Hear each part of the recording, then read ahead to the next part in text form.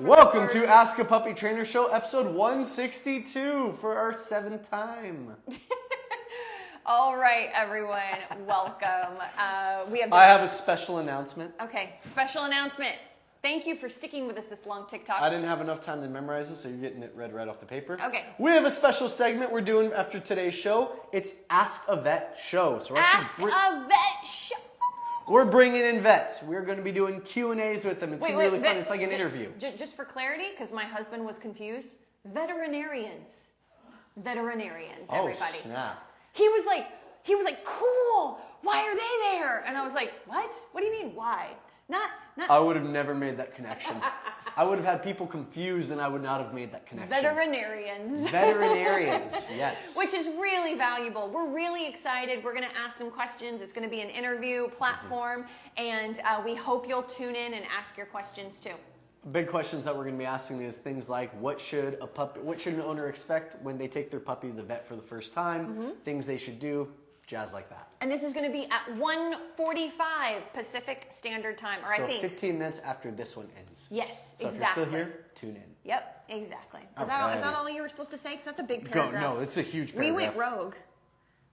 We're gonna ask about healthcare advice. Yeah, we got all the info in. Yeah, cool. Okay. We took out the fluff. So you get on TikTok. Make sure. We defluffed it. You get on TikTok. Oh, you already are. Thank you, Kimberly. Thank you, Kimberly. And if you guys have questions, please put in the age. Oh, look, you're so helpful. See, look, really helpful dog.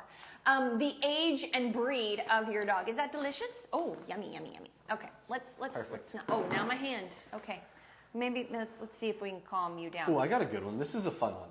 So this is from my fairy tale library. I'm working on place with my 6-month-old Sheltie. Thank you for breed. Thank you for age. Yeah. It helps tremendously on the advice we give. Sure does. How long of a duration time should I be trying for, and how much distance? Also, is it okay for him to eat meals and have Kongs on his mat? I don't know if I'd allow him to eat meals on it. I'm okay with Kongs being on there as long as they're being watched. They're being supervised for it. Yeah, I have no issue with that. How long can a 6-month-old Sheltie go? How long have you gotten so far? Really what it comes down to is I could have a 9-year-old dog doing it, but if they've never done it, they're going to do it for 1 or 2 minutes probably comfortably. But all of it is a gradual progression. When I teach place, it's place, sit, good, give a treat, and release with breaks. So I'm actually giving very short periods of time before I release them, and I gradually build them up. We don't want to do a build up to where it's like 1 minute, 2 minutes, 3 minutes, 4. It actually creates a lot of frustration because dogs start anticipating getting off earlier. Yep. You kind of want to randomize it. There are days where I'll do place break 10 times in a row with no duration, and then maybe later on that day, a couple hours later, I'll do place duration where I'll have them stay on for 5-10 minutes with a short couple little breaks in between, and I'm doing lots of food work to build them up. But how we start this is we start in front of them, we get the command, we practice taking 1 step back, 1 step in, good treat. That's how we build our distance. We practice keeping them on there for a little bit longer each time, and then using periodic food as we do it to kind of like balance them out while they're on it. But a lot of it is just watching their body language. If I have a dog constantly trying to get off, I'm constantly body blocking them. Anyone who's seen our online school or watched some of our lives knows body blocking is one of our methods for keeping them on. Leash pressure up and away from your body to kind of prevent them from getting off. Okay, that's enough from him. That's if you're doing that all the time, then they're ready for a break. You want to balance out how long you can do it comfortably before releasing them. All right, so distance and duration are 2 totally different things. You're going to work on them separately.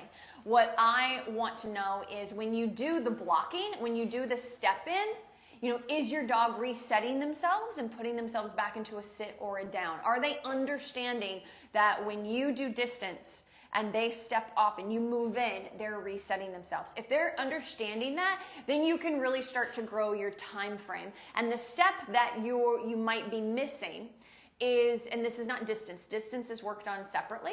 You can, work on that as much as you want. You could go from 1 foot to 10 foot in a day, and then the next day you might have to start all over again. That's normal. For the duration, which is the part I really care about, is when your dog is in a down and you've done all the stuff he said. Yeah. No, it's important. What's dog training? It's important. What's dog training? The dog training. but the practicing calm is different than the dog training. The duration is different than the dog training. So once you've done all the dog training, The introductory stuff that gets you to what she's talking about. Whatever. Yeah. I don't need all that special stuff. All right.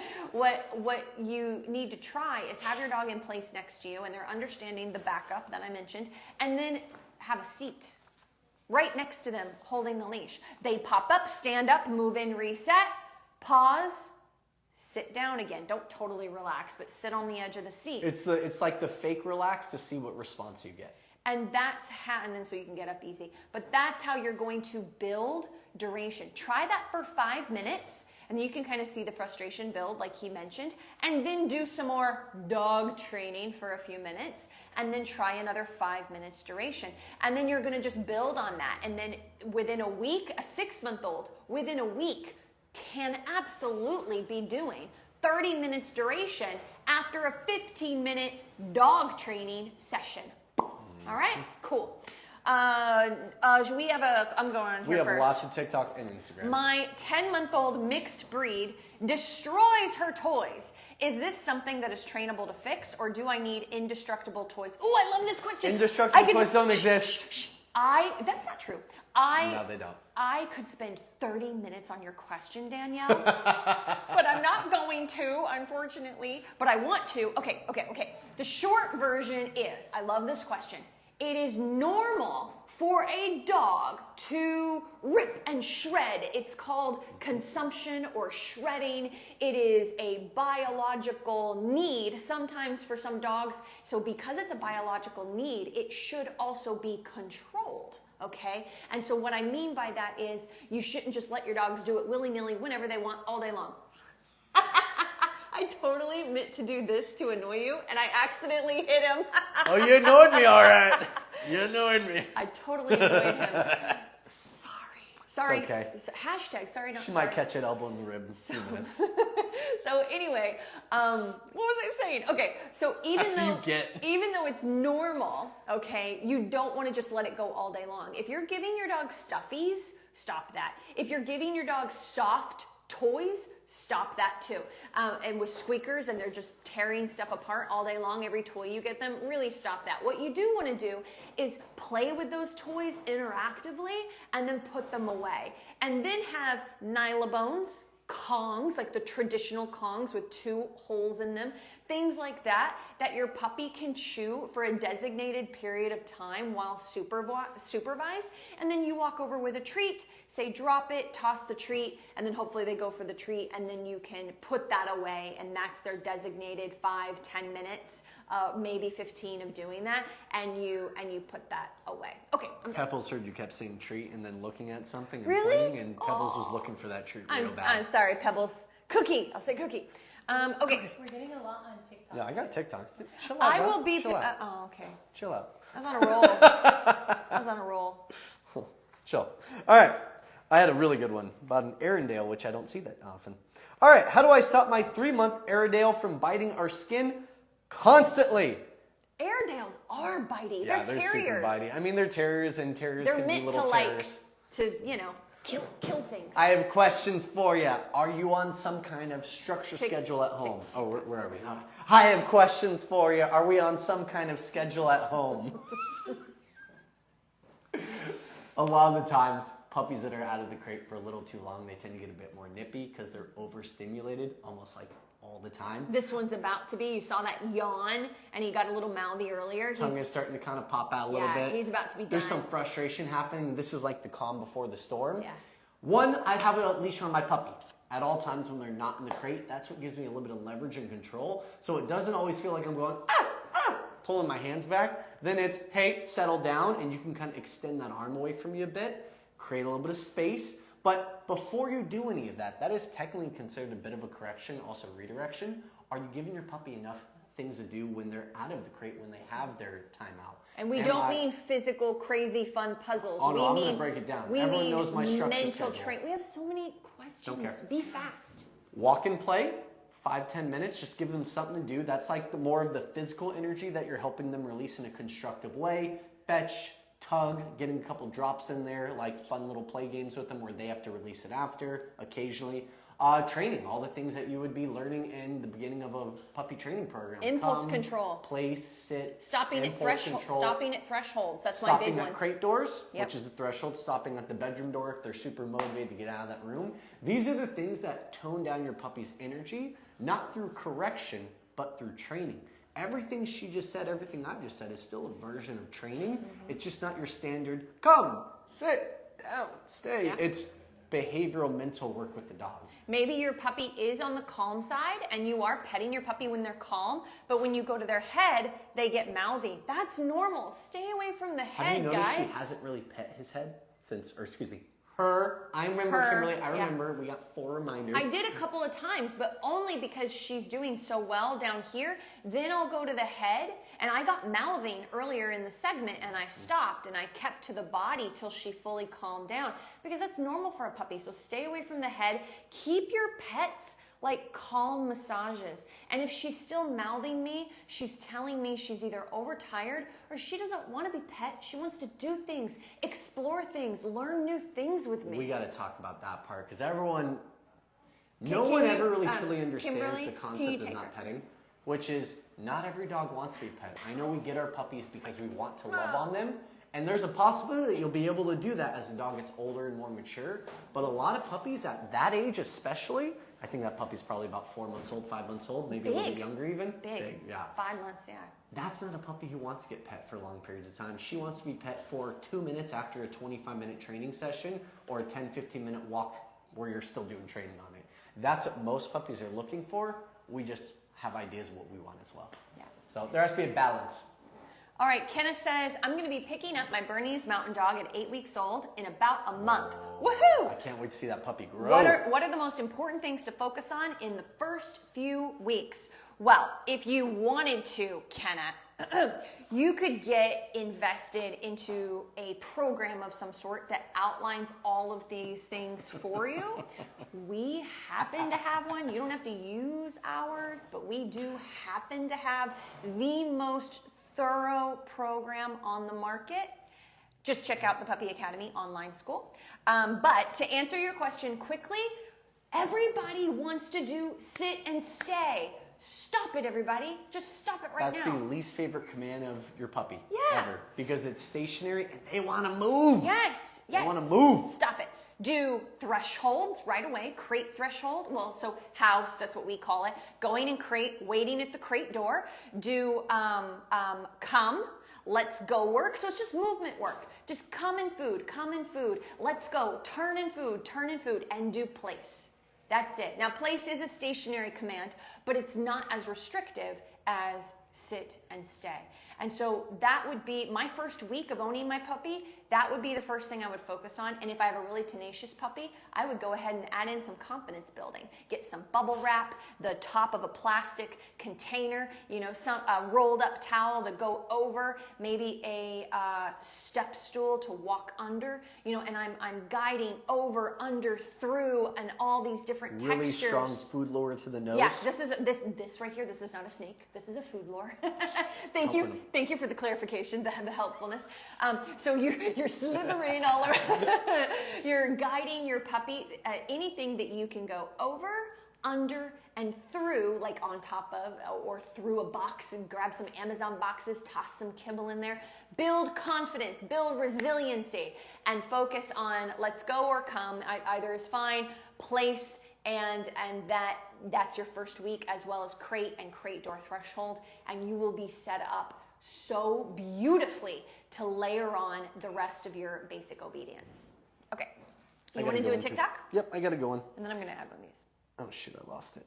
Okay, Sophia says, I have a really stubborn walker. The pup is fearful while walking and pulls or stops in place. Food isn't helping. This is a 4-month-old Shiba Inu. Okay, so I'm going to give you some advice that's a little oversimplified just for the sake of time, but it doesn't mean... Hold it still, I can't read it. But it doesn't mean that it's not valuable. There, it's up there. Thank you. So what I... Sorry. What I would like you to do is I understand that he's not food motivated outside. So there's two things that you need to build. One is leadership skills, where your dog sees you as someone to follow and to trust.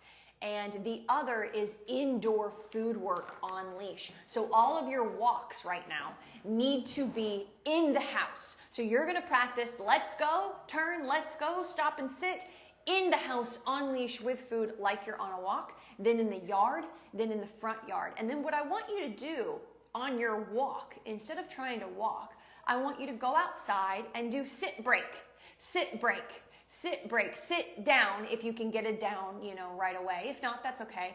And then do like a little circle. Just let's go, little circle, sit break right in front of your house. And then if you are really diligent, get in your car, go to a park, or just go down the block. Hop out, and instead of trying to walk, sit down, come, sit break. Like just do some basic obedience. And if you're really diligent and you've already taught place, take an outdoor cot, put it in your front lawn, your front driveway, place, come. Build up confidence in that context rather than trying to walk your nervous dog. And I think I answered that to completion. I was waiting to throw something in there, and then you grabbed that last second. Yes. I was going to just interrupt you and put it in there. But why don't you do a TikTok one? I'll let you. I got one about a 5-month-old Westie. All right. Sorry, I won't bend over my phone. Well, I saw an Instagram clip the other day, and this is what I saw. His giant head like this. Hey, only my wife gets to tell me I have a giant head. So it only looked giant because they zoom in when they do these edits. Sure it is, Bethany. Sure it is. I do have a big head. Do you? Yeah, oh yeah. I got a fat head. Tiny jaw, little face, big head. I think he means ego, but we'll let that go. Go ahead. All right, 5-month-old Westie, so vocal, but how do you stop? Or do you have any advice for barking in the playpen? She's nonstop. Okay, so there's a possibility that she's not going to be a playpen dog. And that's okay. It's very likely she has some boundary frustration, and when she's behind that, she can see through it, but she can't get to you, so it's creating a lot of frustration. Here's some things for you to try to maybe work through that boundary frustration. What kind of training are you doing when your dog comes out of the crate? Are they coming out and going straight to the playpen? Are they getting a little mental stimulation, physical stimulation? Have they had a chance to go potty? Like, that's the kind of stuff that I think about, because if they go straight to the playpen, they have all this energy and they don't know what to do with it. You can give them a toy. You can give them a bone and a chew. They're going to get bored of it eventually and probably start barking at you. If you're already doing everything, you're super diligent with your training, your walking, your playing, your everything, and they're still barking, you probably just don't have a playpen dog. Another solution for you to try, though, is try a back tie. You can put a little dog bed out. You got to teach place for it, though. You got to teach place so they know that stay on the bed. And then you clip a leash to their harness and tie it to something behind the dog bed, opposite from the side that you're on. So if this table was my bed, we are sitting on the couch, I would tie the leash to the tripod that the phone is standing on, because it's on the opposite side of the bed from us. They can get up, they can move off a little bit, but they usually default back to it. And if you still get the barking, then they're just not going to be They're just not ready for it. They're too young. It's too soon. You got to do a little bit more work What was with the them. age again? Do you remember? 5 months old. They're 5 definitely months not too young, but for me, I would also want to be working on body language in the house. Mm-hmm. Does your dog come up to you and jump on you, and you kind of pet them, on the head? If my dog is really having these pushy behaviors and these kind of anxiety-inducing behaviors, I might just be like, no, and just kind of bump him off and have him calm down first, then call him over and pet him, or go over to him and pet him. When is he getting pet? Is he getting pet when he's excited?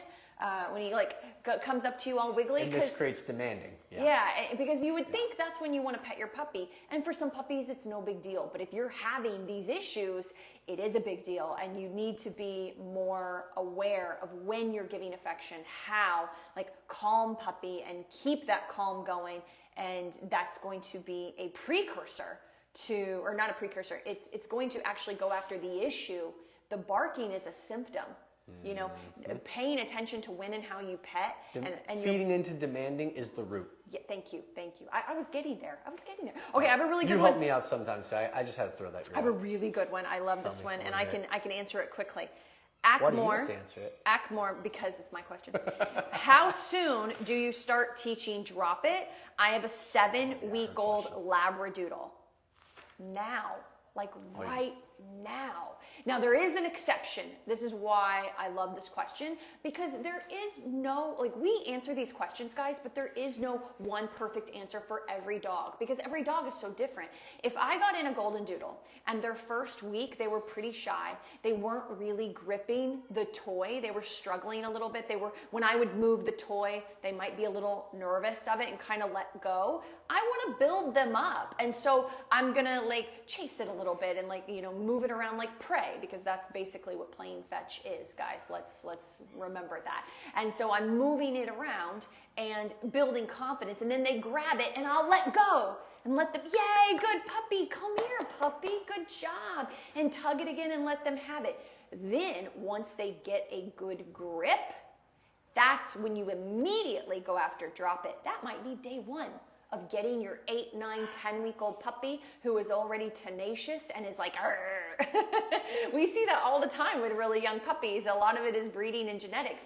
And so if you already have a good grip, you teach drop it right away. My favorite way to teach drop it is to just when you're moving your on, and be gentle. We got puppy teeth and puppy jaws, okay? So you're very gentle, moving it around while they're tugging, and then you're just gonna grab both ends of the toy, make sure it's a big enough toy, tuck your elbows in. Slowly, it's not a hard pull. Thank you.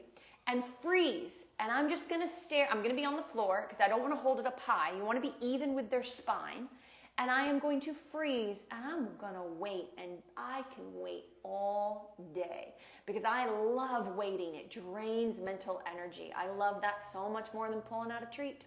And so I'm gonna wait, and then eventually they're gonna get bored and let go, and I'm gonna go, good, break, give it right back to them again, and rinse, repeat from day one. Now, I'm not saying I've never used food. I've had dogs so pushy and strong and taking forever and food doesn't completely trump play where they only care about the food. I will sometimes put a piece of food on their nose and they'll sniff it and let go faster. But if you can, especially with such a young dog, do the wait it out. It's so great. You mentioned something about food trumping play. Does that mean something like if you bring out food, they get the food, they no longer want to play because all they care about the food? Correct. Yes, correct. That's exactly what I meant. Thank you, Sparky. Do you have a question you want to do? God, that feels good. What do you want to do? We got to answer another. Because we have 5 whole minutes. We're doing good. All right. Did you already answer that one? No. We already technically answered that one. What if the puppy whines and you wait to follow the schedule, then he pees in the night on the floor? You love your potty training questions. I mean, it just happened to be that. What if the puppy whines and you wait to follow the schedule, then he pees in the night on the floor? Oh, that's an easy one. Well, first of all, I hope that's the crate floor. Yeah, because schedule is crate. It's crate schedule. And second of all, if that happens, we talk about that all the time. That's when you know that whine was genuinely to pee, and you got to get up. A lot of the whines people are hearing from their dogs are like that low-key, and that's usually not the one that they're going to pee. It's going to be whine, whine, whine, yip, yip, yip, high-pitch whine or high-pitch yip. That's when I'm like, that sounds different. And then I get up, I take my puppy out for potty. They go instantly, like fast. I'm like, okay. You know. That's about how long they could hold it. Yeah. Did we give too much water before bed? Are we expecting too much out of them? If I have a 9-week-old puppy, I'm only getting 4 hours of sleep before they need a potty, and they're going to get a little bit more crate time after that. Yeah. Like, these are the things that we latch onto as dog trainers of, is the dog old enough to hold that long? Are they a large breed or a small breed? Large breeds hold it significantly longer than small breeds do. At night. At night especially. Not always during the day. Yeah, and when are we giving water? How much are we giving it? And are we giving it too late? Yep. And are we getting that final potty before bed? And that really is how you find out if it's just attention whining. You know, they're awake, or maybe you're snoring and they woke up and they're like, get me out. Or if they genuinely need to pee. At first, I thought you were pointing to me. I was going to smack you. No, I'm pointing to myself because my wife elbows me in the face because I snore. Yeah, even though it's true for me. You know, I elbow my husband, but he never elbows me for snoring, which is, you know, it's not fair. It's not really fair, but I'm okay with it. I just throw elbows. I'm a sleep elbower. Okay, I got more questions on here. My fiance wants to know, is it common for 8-week-olds to go potty in the house even after they come in the house from going potty for just 3 to 5 minutes ago? Yeah, it actually is. For that young 8-week-old. If they're doing a lot of movement, especially or if they're getting too much water. No, it's also just common for a small breed. When was the last time you owned a dog under 10 pounds? Never. So when I was 19 years old, we had a dog named Cha-Cha. She was a little chihuahua, and she was very sweet and loving. Cute. Okay. I loved her. Thank you. Thank you for that extra special glimpse into your life. Okay, so if you have a small breed dog, it's just normal even if you're doing all the things correctly. And so what you want to do is you take your puppy out to pee, and then you can come inside, start to work with them. Don't just let them loose. You shouldn't be doing that anyway. Then you're going to have potty issues forever. You do something with them for 2 to 3 minutes, like you're doing your fetch, you're doing your training, and then take them back outside, or just train them outside to begin with. What I like to do, honestly, is when I'm having this issue, is I like to put them back in crate, even though they peed. If I know they're probably going to go again, especially in the mornings when they've been holding it for, longer at night, I'm going to put them back in the crate for 15 minutes, take them out one more time, then do our work play schedule, free time schedule. I'm going to go down a completely different path because I assume you are here. There is no other because path. You don't have a crate schedule yet. Like, you want to learn from us. You're here to ask your question. That's true. Very likely is you're probably giving a little too much water, and 98% of you guys are probably giving too much water unless you've already taken our advice and you've already had that routine. You know how much to give. They don't need very much, guys. Like, if you want the measurement, it's a half cup of water for every 30 pounds of body weight every 2 to 3 hours. And if you got a little guy that's 8 weeks old, he weighs 8 pounds, 9 pounds, he probably needs a bowl this big, that big, looks like a bowl. Freaking quarter. You're supposed to buy a bowl that big. Yeah, well, Where you just get a silver dollar. Where do you one get, to two, just where do fill you up the get silver that? dollar On Amazon? Yeah, actually, we have some in another room, so that's they exist. right. They do have tiny little Oh, bowls. she was getting sassy. I forgot thought about she was that. actually humoring me. No, she's being nobody's gonna sassy. buy a bowl the size of a silver dollar. How can we have 4 of them then, Bethany? Because we bought them. Does the generation younger than us even know what a silver dollar looks like? No. Like, it's about this big. All right, stop it, cut it out. Just put a little bit of water in there, and if your dog drinks all of it, wait about 10 minutes. And if they're still panting, you still feel like they need more, give a little bit more. And then an hour later, or 20 minutes later even, you take them out for a potty, they go potty, they come back in, they have another accident, maybe try cutting back a little bit. If they're still having accidents, then I'm wrong. Her advice is right. But the reason there's 2 of us is because we have 2 different versions of advice, and sometimes one works for others, one won't. So you have a couple different viewpoints to go from. See how we did that? That was very reasonable. It's excellent. Oh, yeah. Do you have time for? No, we do not. Okay, guys, in 15 minutes, we are going to do our first Ask a Vet show. And by we, I mean me. So please. We get asked a couple more questions. Like, you don't need time to warm up for that, right? Please come back and join us, and we'll see you same time, same place next week. Bye, guys. Thank you so much for the patience with all the electronic issues. Okay.